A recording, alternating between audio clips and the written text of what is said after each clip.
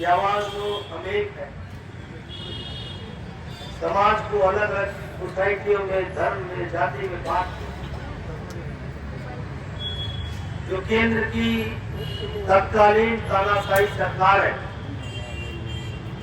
आज बाबा साहब भीमराव अम्बेडकर के द्वारा लिखे गए संविधान से एक एक पन्ने को धीरे धीरे करके फाड़ने को काम कर। मैं तो राजा साहब को सुन रहा था, उन्होंने बहुत विस्तार से सब चीजें बताई कि किस तरीके से एनएफएस करके आपके सारी की सारी नौकरियां छीनने का कुचक्र वर्तमान सरकार के द्वारा रचा जा रहा है। आज के बाद पहले आजादी के बाद कोई ऐसी सरकार नहीं हुई जो इस तरीके का हिमाकत करने की जरूरत भी करता है। ये हिमाकत इस सरकार को क्यों हो पा रही है? क्योंकि उनको पता चल गया कि लोग आराम पसंद होकर के अपने अपने घरों में, बिस्तरों में बैठने के लिए आराम को पसंद करते हैं। लोगों को सड़कों पे उतरना पड़ेगा। और मैं भाई नीति जी को सलाम करता हूं, उनके हौसले को मैं बहुत ही उत्साह देने के लिए यहाँ पर खड़ा हूं कि आपने शुरुआत करी, आपने हिम्मत करी। राजा साहब ने उस हिम्मत में अपना दिन रात दे रहे।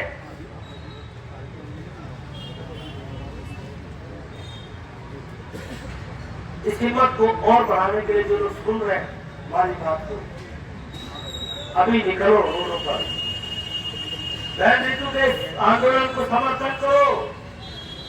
ये समर्थन आप अपने लिए और अपने आने वाली पीढ़ी के लिए करने जा रहे हो। बाबा साहब भीमराव अम्बेडकर के संविधान को करने जा रहे हो।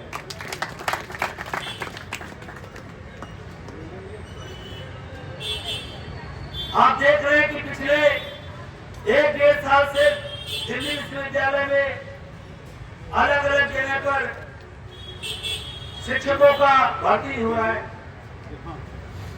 20-25 साल से लोग पढ़ा रहे हैं।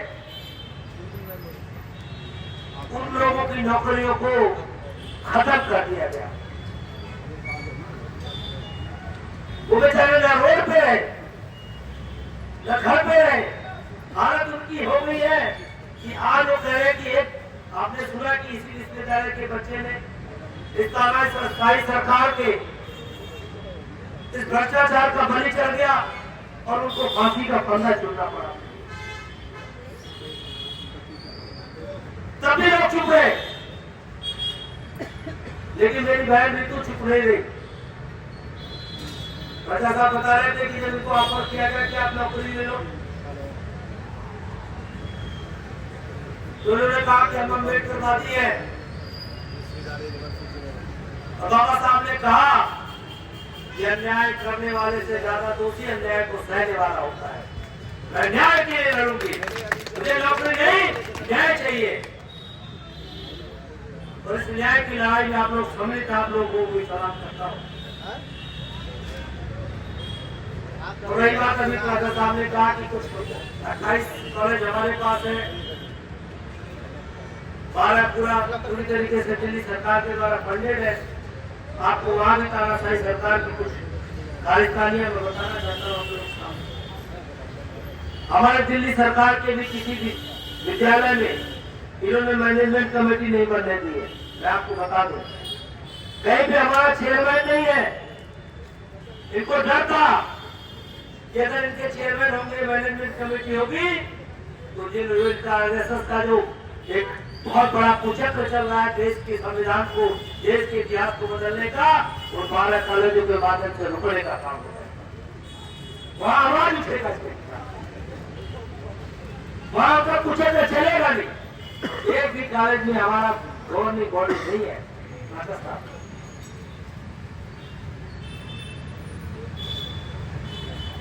और इसीलिए मजबूर होकर के हमारे शिक्षा मंत्री आतिशी जी को चिट्ठी लिखना पड़ा, या तो आप इन कॉलेजों को अब दिल्ली विश्वविद्यालय में ले लीजिए, और या तो इन विद्यालयों को आप फीलिंग कर दीजिए दिल्ली विश्वविद्यालय से, हम उसको बाबा साहब भीमराव अम्बेडकर यूनिवर्सिटी के थ्रू चला लेंगे, हम उसको आईटी यूनिवर्सिटी के थ्रू चला लेंगे। अब हम इस तानाशाही सरकार के यूनिवर्सिटी के अंतर्गत इस सरकार को नहीं चलाए, इस विद्यालय को नहीं चलाएंगे। हम उसे एप्लीकेशन देकर के चलाएंगे और जब तक ये निर्णय नहीं होगा तब तक कोई फंड हम कॉलेजों को भी जारी नहीं करेंगे। और जबरदस्ती करके वहां भी भर्ती करने की प्रक्रिया शुरू किया है, उसके खिलाफ हमारी सरकार कोर्ट ले गई है कि इसको भर्ती प्रक्रिया को रोकना चाहिए।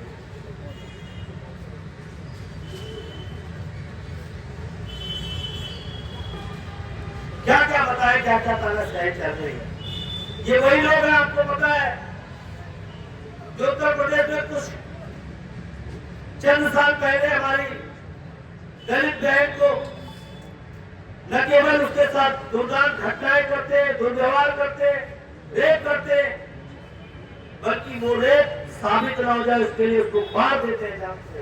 ये उसी पार्टी के लोग हैं। ये खाली एक ऋतु जी को जो देख रहे हैं उनको नहीं दबाने का काम कर रहे हैं। और मुझे पता है ये बहन जो साहसी काम कर रहे हैं इसके जान को भी खतरा है। जो लोग सुन रहे हैं, समाज के लोग,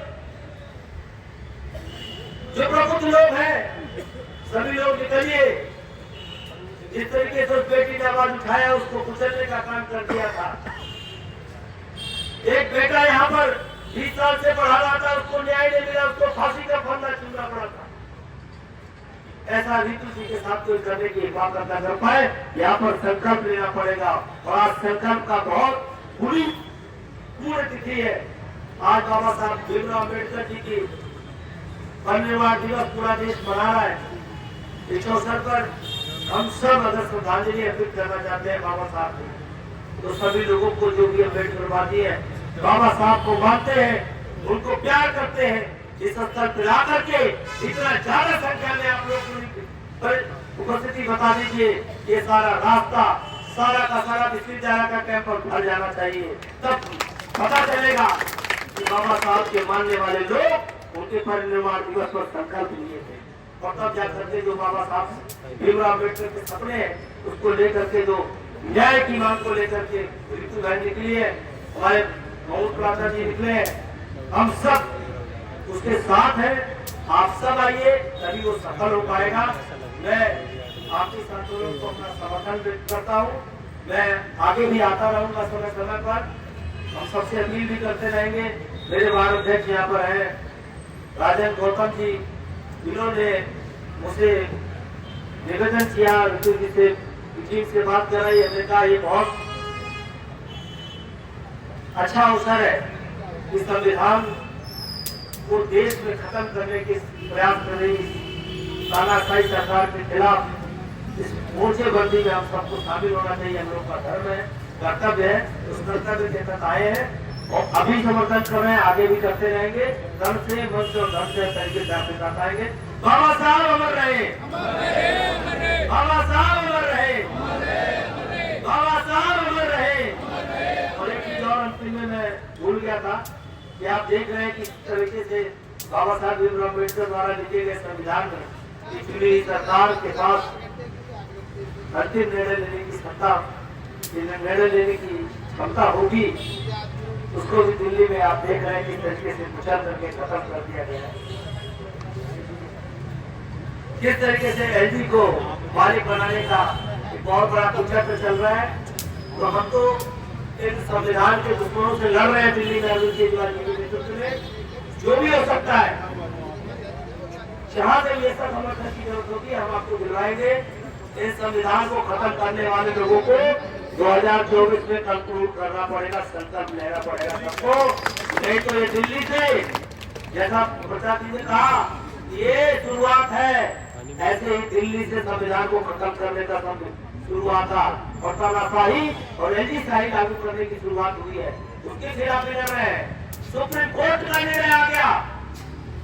माननीय सुप्रीम कोर्ट ने कहा कि चुनी हुई सरकार के पास काम करने का अधिकार होना चाहिए। ये संविधान के दुश्मन लोग उसको भी नहीं मानते। इसलिए अब एक ही रास्ता है, सड़क पर उतर करके संघर्ष करने का और संघर्ष कर करके इनको खत्म करने का। जब तक ये खत्म नहीं होंगे तब तक ये आंदोलन शुरू किया और खत्म नहीं होगा। ये अपना अपने अंदर जो ज्वाला आपने बनाई है इसको बनाए रखना, हम लोग आपके साथ हैं, रहेंगे। जय हिंद, जय भारत, जय भीम।